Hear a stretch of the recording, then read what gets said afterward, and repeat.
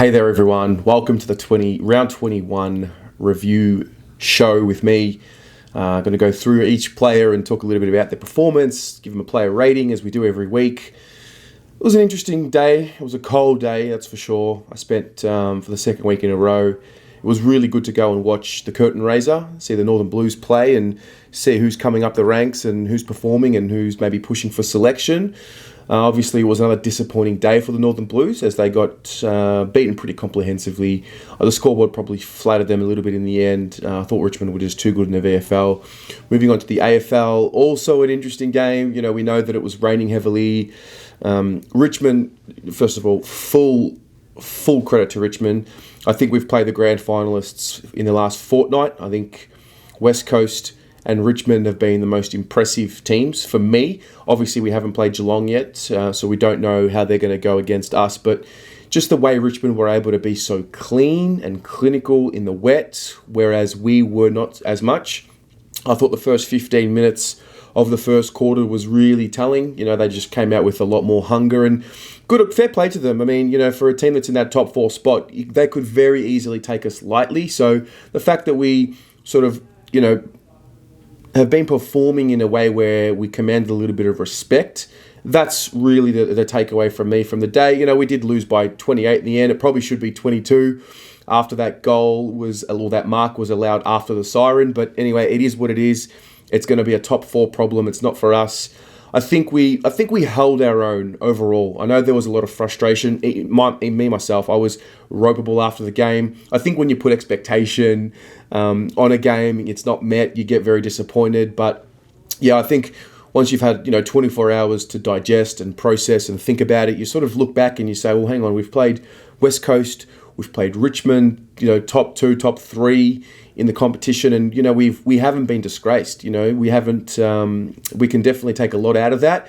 And the thing with the process, it's always, you got to respect it. That's the way it goes. You can't just go from a 2-win team to beating top 4 sides. We're competitive, great.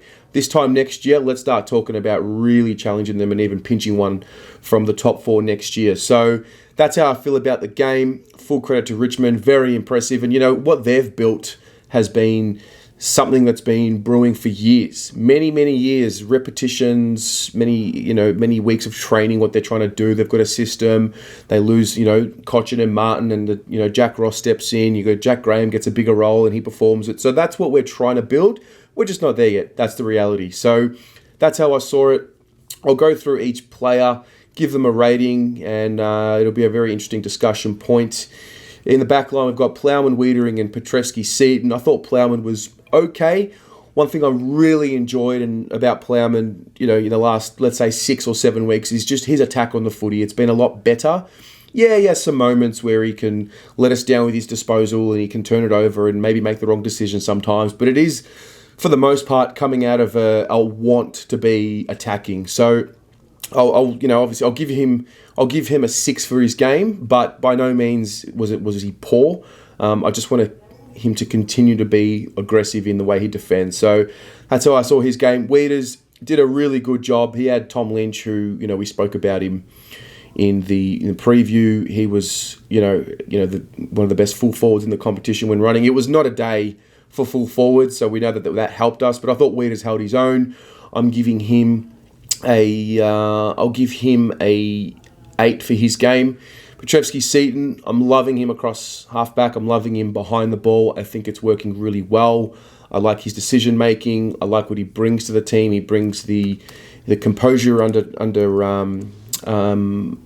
pressure. There were some times where he got caught out there. There were a few times where we all got caught out. We didn't really adjust to those conditions in the first half. But I'm liking what I'm seeing from him from a development point of view. So I'll give him a 7 for his game. Halfback, Nick Numan. Yeah, I thought he battled. He was one of those soldiers that just kept battling. I did enjoy his game. He did have the 9 tackles, which was good to see. Obviously, on a wet day, you probably are going to have 9 tackles or more tackles than usual. But I did enjoy his game. I'm giving him an 8 for his game. Just got to clean up a few of those kicks, but a lot of them were guilty of that. Liam Jones. I'm going to give him a 9, and I just think there's so much more than the stats and, what he did yesterday. Obviously played on Jack Revolt, just so brave to come back. You can only imagine the preparation in his head. He's lost his mum, so obviously, again, condolences to the Jones family. For him to come back and play was very important for us. If he doesn't play, then you're talking about a Hugh Goddard playing or maybe a Shoemaker again, and that's scary for me, having a Jack Revolt play in either of those two. So really well done to Liam Jones. Thought he did his job very well. Jack Revolt didn't really do much in the day. He did kick the 2. I know he kicked the 2 goals. It was kind of weird because he, along with Mitch McGovern, kicked the most goals for the key forwards. But yeah, I thought Liam was really good. So under those trying circumstances, I'm giving him a 9. Cade Simpson, he's having a little resurgence, Cade. Now, whether this is his last season or not, we don't know.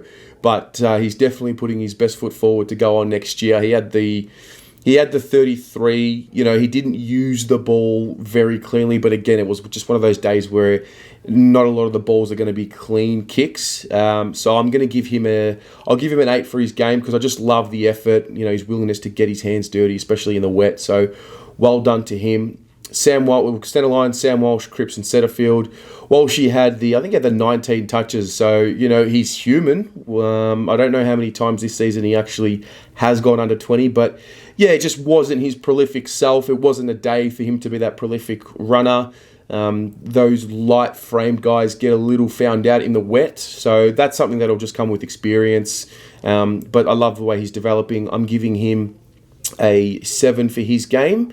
Paddy Cripsy, he had the 37. I heard some people talk about how it was a pretty quiet 37. Just thought he was a competitor all day. That's really all you want when you strip it down. I know you've got expectations from your captain and all of those things, but when you strip it down, he was probably one of our best players. Yeah, you can make the argument that Jack Graham kicked 4. I don't necessarily think Jack Graham played on Paddy Cripps for the majority of the game. I don't necessarily think that they went head-to-head. I didn't really see it that way personally, but yeah, I thought Cripps was fantastic. But one of our best players, if not our best. So I'm giving him a 9 for his game. Will Setterfield, yeah, he's always clean in this type of game, whether it's wet or dry or in traffic. He's always clean. Probably didn't get as much of the ball as what we'd like. He's got the 14, so he's probably just reached that minimum standard, what we talk about. So I'm really happy in that sense. I'll give him a 6 for his game. Half forward line, we've got DeLuca, Casbolt and Gibbons. Josh DeLuca, I saw some people talk a lot of shit about him after the game. If you were at the game and you watched him, this guy just keeps sprinting. The sprint efforts to open up space for our key forwards is very important. He did have a few moments where he had a shot on goal that went out of the full. He also had a shot where he kicked it inboard to Daisy, and for some reason that's DeLuca's fault. But anyway, I thought he was pretty good. 14 touches, 5 tackles. He led well. He worked hard. Really, really happy with what I saw from him.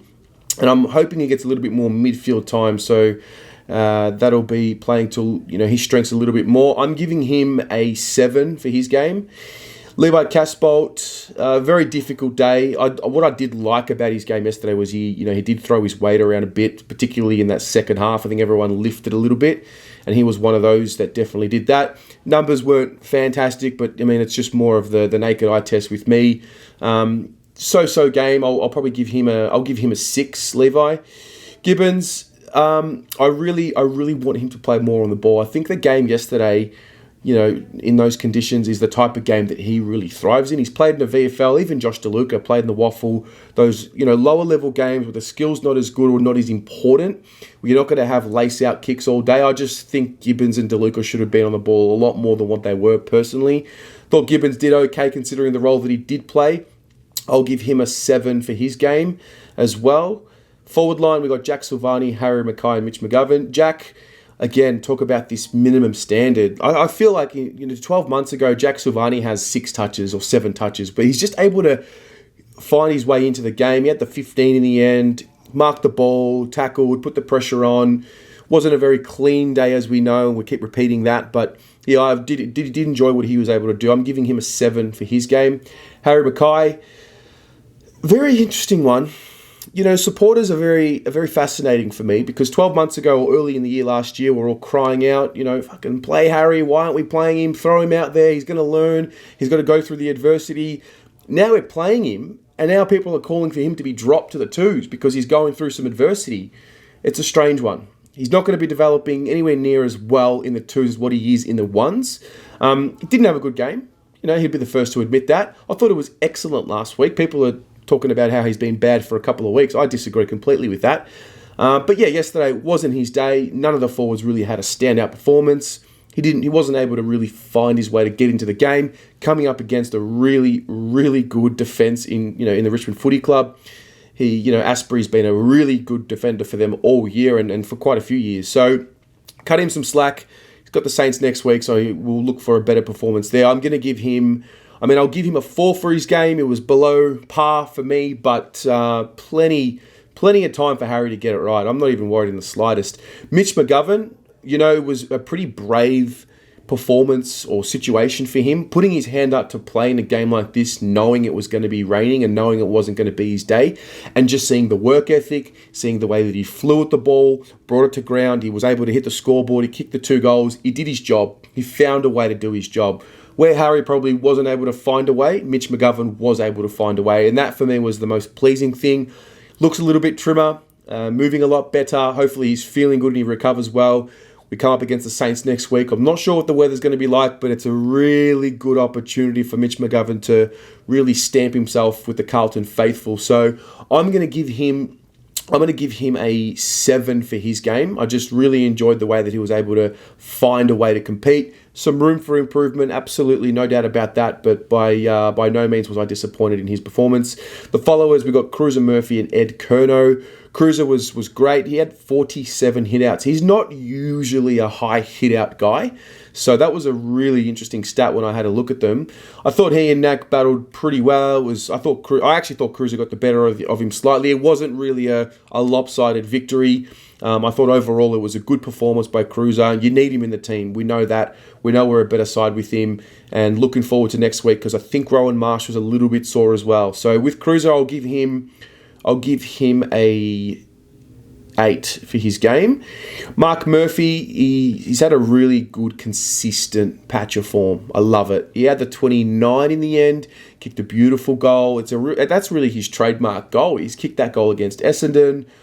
He loves a good check side on the boundary type situation. I really enjoyed his game. He worked his way into it. He got better as the game went on, which was impressive after a little bit of a slow start. Really happy with him. I'm giving him an 8 for his game. It was one of our better players. Edie Curnow, just an unassuming leader at the footy club for us. Edie Curnow, he had the 34 touches, 8 tackles, 22 contested possessions, just battled in there all day as he always does, and that's what he brings to the team. I'm loving him in the midfield. Right in the stoppages, that's where I want to see him more often, and he's definitely reaping the benefits of that. I'm giving him a 9 for his game. Really happy with what he was able to produce. Interchange bench, you've got Lockie O'Brien, Darcy Lange, Zach Fisher, and Daisy. Lockie O'Brien struggled. We know that his strengths are running with the ball and kicking long. Just wasn't able to find it. As I said before, these type of conditions in these wet slogs, you find that the lighter framed guys generally don't do too well. So, it was a bit of a down performance for him, 8 disposals. I'll give him a 4 for his game. But again, still ticking along, still developing. Hopefully he can bounce back next week. Darcy Lange's next. This is one that I don't have too much leeway for when it comes to giving him a chance. He's been in the side for a few weeks now. He's an experienced body. You've got to find a way to impact. He's not a light-framed guy.